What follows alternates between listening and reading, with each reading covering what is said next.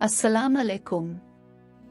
आप सबसे दरख्वास्त है कि हमारा चैनल हुसैन टीवी को सब्सक्राइब करें और बेल आइकन को दबा दें ताकि हमारी हर आने वाली वीडियो का नोटिफिकेशन आप तक पहुंच सके। शुक्रिया। माँ की ममता। हमें अम्मा जी इस वक्त जहर लगती जब वो सर्दियों में जबरदस्ती हमारा सर धोती। ब्लक्स कपड़े सूना किसने देखे थे, खजूर मार्का साबुन से कपड़े भी धुलते थे और सर भी। आंखों में साबुन कांटे की तरह चुभता और कान अम्मा की डांट से लाल हो जाते। हमारी जरा सी शरारत पर अम्मा आग बबूला हो जाती और कपड़े धोने वाला डंडा अलिफाटे लेती जिसे हम डमनी कहते थे, लेकिन मारा कभी नहीं। कभी ऐन वक्त पर दादी जान ने बचाला, कभी बाबा ने और कभी हम ही भाग लिए। गांव की रौनकों से दूर ऐन फसलों के बीच हमारा डेरा था। डेरे से पगडंडी पकड़कर गांव जाना अम्मा का सबसे बड़ा शॉपिंग टूर हुआ करता था और इस टूर से महरूम रह जाना हमारी सबसे बड़ी बदनसीबी। अगर कभी अम्मा अकेले गांव चली जाती तो वापसी पर हमें मरवंडे से बहलाने की कोशिश करती। हम पहले तो नन्हे हाथों से अम्मा जी को मारते, उनका दोपट्टा खींचते, फिर उनकी गोद में सर रखकर मुंह फाड़ फाड़ कर रोते।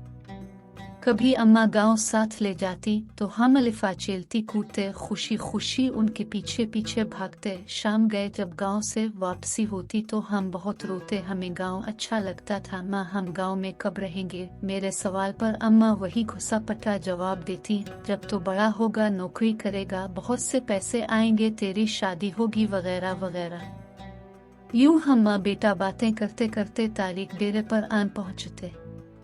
मुझे याद है गांव में बाबा मुजफ्फर के यहाँ शादी का जश्न था। वहाँ जलने बुझने वाली बत्तियां भी लगी थी और पटाखे भी फूट रहे थे। मैंने माँ की बहुत मिन्नत की कि रात इधर ही ठहर जाएं, लेकिन वो नहीं माने। जब मैं माँ जी के पीछे रोता रोता गांव से वापस आ रहा था तो नियत में फतूर आ गया और चुपके से वापस गांव लौट गया। शाम का वक्त था। माँ को बहुत देर बाद मेरी गुमशुदगी का अंदाजा हुआ। वो पागलों की तरह रात के अंधेरे में खेतों में आवाजें लगाती और डेरे से लेकर गांव तक हर कोने में लालटेन लटका कर झांकती रही। रात गए जब मैं शादी वाले घर से बाजियाब हुआ तो वो शेरनी की तरह मुझ पर हमला आवर हुई। इस रात अगर गांव की औरतें मुझे ना बचा तो अम्मा मुझे मार ही डालती। एक बार अबू जी अपने पीर साहिब को मिलने सरगोधा गए हुए थे। मैं इस वक्त 6-7 साल का था।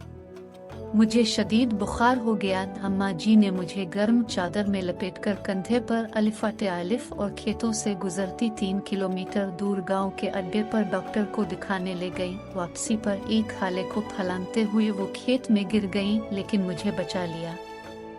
उन्हें शायद घुटने पर चोट आई। उनके मुंह से मेरे लिए हस्बी अल्लाह निकला। ये वाकया मेरी जिंदगी की सबसे पुरानी याददाश्तों में से एक है। यकीनन वो बड़ी हिम्मत वाली खातून थी और आखिरी सांस तक मेहनत मशक्कत की चुकी पीसती रही। फिर जाने कब मैं बड़ा हो गया और अम्मा से बहुत दावर चला गया।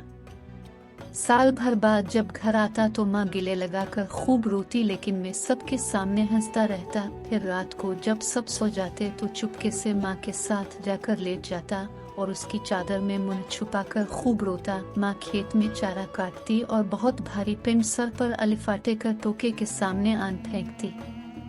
कभी कभी खुद ही टोके में चारा डालती और खुद ही टूके चलाती। जब मैं घर होता तो मकदूर भर उनका हाथ बटाता। जब मैं टूके चलाते चलाते थक जाता तो वो सरगोशी में पूछती, बात करूं तुम्हारी फुला घर में। वो जानती थी कि मैं पैदाइशी आशिक हूँ और ऐसी बातों से मेरी बैटरी फुल चार्ज हो जाती है।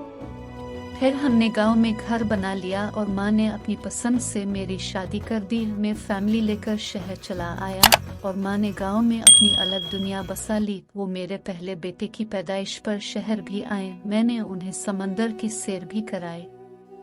क्लिफ्टन के साहिल पर चाय पीते हुए उन्होंने कहा, इस समंदर से तो हमारे डेरे का छप्पर ज्यादा खूबसूरत लगता है।